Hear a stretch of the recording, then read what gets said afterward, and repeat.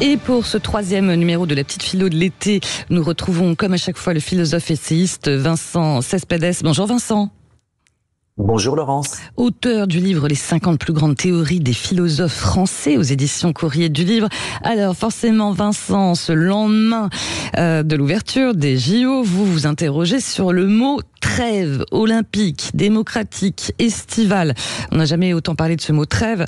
Déjà pour commencer Vincent, le concept de trêve olympique, vous pouvez nous en dire plus parce que c'est pas nouveau, hein? Ah non, c'est pas nouveau, ça remonte à l'Antiquité.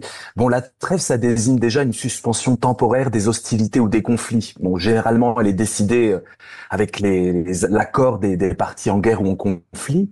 Et cette pause permet de mener des négociations, de soigner des blessés ou simplement de célébrer un événement sans violence. Historiquement, la trêve avait aussi un aspect religieux, comme la trêve de Dieu au Moyen-Âge, qui suspendait les combats entre certaines périodes liturgiques.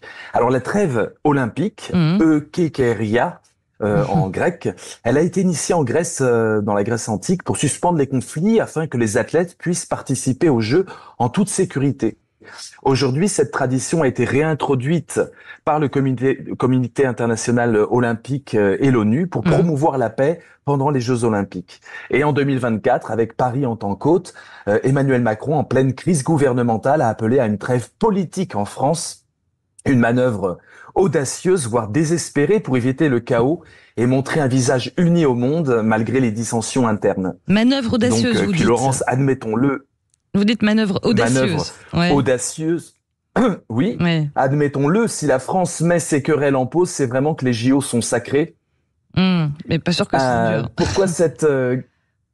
Ouais, exactement. Ouais. Pourquoi cette trêve est importante? Oui. D'abord, elle rappelle que même en période de tension politique intense, il est possible de trouver des moments de répit, un peu comme un goûter à l'école maternelle, où tout le monde doit faire semblant de bien s'entendre le temps de partager les biscuits.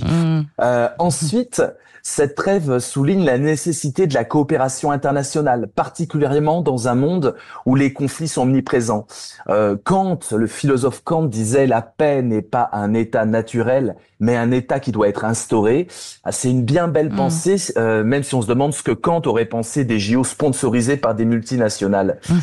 En cessant les hostilités politiques pendant les JO, la France montre que la quête de la paix et de l'unité peut être plus puissante que les divisions internes. En gros, c'est l'occasion pour nos chers politiciens de prouver qu'ils peuvent mettre leur ego de côté, au moins pendant la durée des Jeux, et de jouer collectif, une idée qui semble parfois aussi éloignée qu'une rencontre impromptue entre Platon et les Kardashians. Pas mal. Ouais, jouer collectif, pas sûr que ça dure. Hein. Pourquoi pour vous, Emmanuel Macron a-t-il proposé cette trêve politique, notamment pendant les JO ? Ouais, parce qu'il n'y a rien de plus sportif que de mettre en pause la politique. Un sportif. Bon, allez, ouais. trêve de plaisanterie. Donc, il y a plusieurs raisons. D'abord, il cherche à détourner l'attention de la crise politique persistante, où la formation d'un gouvernement stable reste un casse-tête. En appelant à une pause des hostilités, il espère calmer les esprits échauffés à l'Assemblée nationale, où chaque séance ressemble plus à une arène romaine qu'à un débat démocratique. Mais ne soyons pas dupes. Ce geste a aussi une dimension stratégique. En mettant la politique en veilleuse, Macron capitalise sur l'esprit olympique de coopération et de fraternité pour apaiser les tensions. C'est un peu comme offrir des vacances forcées à des collégiens turbulents. Philosophiquement, c'est un rappel au pragmatisme de Machiavel. Diviser pour mieux régner devient poser pour mieux gouverner. Il espère qu'après cette trêve, les politiciens reviendront avec des idées fraîches et un peu moins d'animosité. Donc c'est un pari audacieux pour transformer l'Assemblée nationale en jardin zen, ne serait-ce que pour quelques semaines. Ouais, bon là les députés ils sont en vacances. Hein. D'ailleurs, c'est l'impact de la trêve estivale sur la vie politique en France en ce moment pour vous, Vincent Cespedes.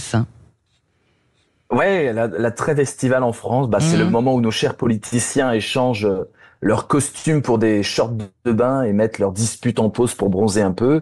L'impact de cette pause sur la vie politique est à la fois comique et révélateur. Imaginez les débats enflammés à l'Assemblée nationale remplacés par des batailles de pistolets à eau sur les plages de la Côte d'Azur. Les invectives politiques prennent des allures de querelles d'enfants pour savoir si on a le meilleur château de sable. Cette trêve offre une opportunité de recul où les politiciens peuvent réfléchir à des solutions plutôt que de se lancer des invectives. Voilà, et qui sait, peut-être que cette période de détente estivale leur permettra de revenir avec les idées plus claires et des compromis plus facilement atteignables. Parce que soyons honnêtes, rien de tel qu'une bonne sieste au soleil pour trouver des solutions à des problèmes complexes. En somme, la trêve estivale, c'est le moment où l'Assemblée se transforme en Club Med, moins de débats houleux, plus de cocktails et, espérons-le, des esprits plus apaisés. Espérons-le. J'aime beaucoup vos métaphores. Pour terminer, Vincent, les avantages, les inconvénients d'une telle trêve, surtout là en ce moment, hein, on parle de crise politique quand même. Hein. On parle de crise politique. Alors les avantages sont évidents. Une pause permet de calmer les esprits, on l'a vu, Ouais. de réfléchir sereinement et peut-être même de trouver des solutions innovantes.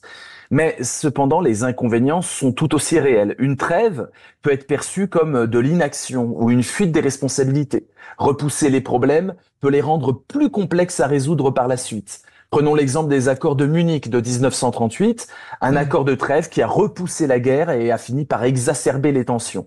Les politiciens doivent donc s'assurer que cette trêve ne soit pas simplement un moyen de gagner du temps, mais une véritable opportunité de se préparer à affronter les défis de manière plus constructive et collaborative. En fin de compte, une trêve bien utilisée peut être une bénédiction, mais mal gérée, elle risque de devenir une simple procrastination politique.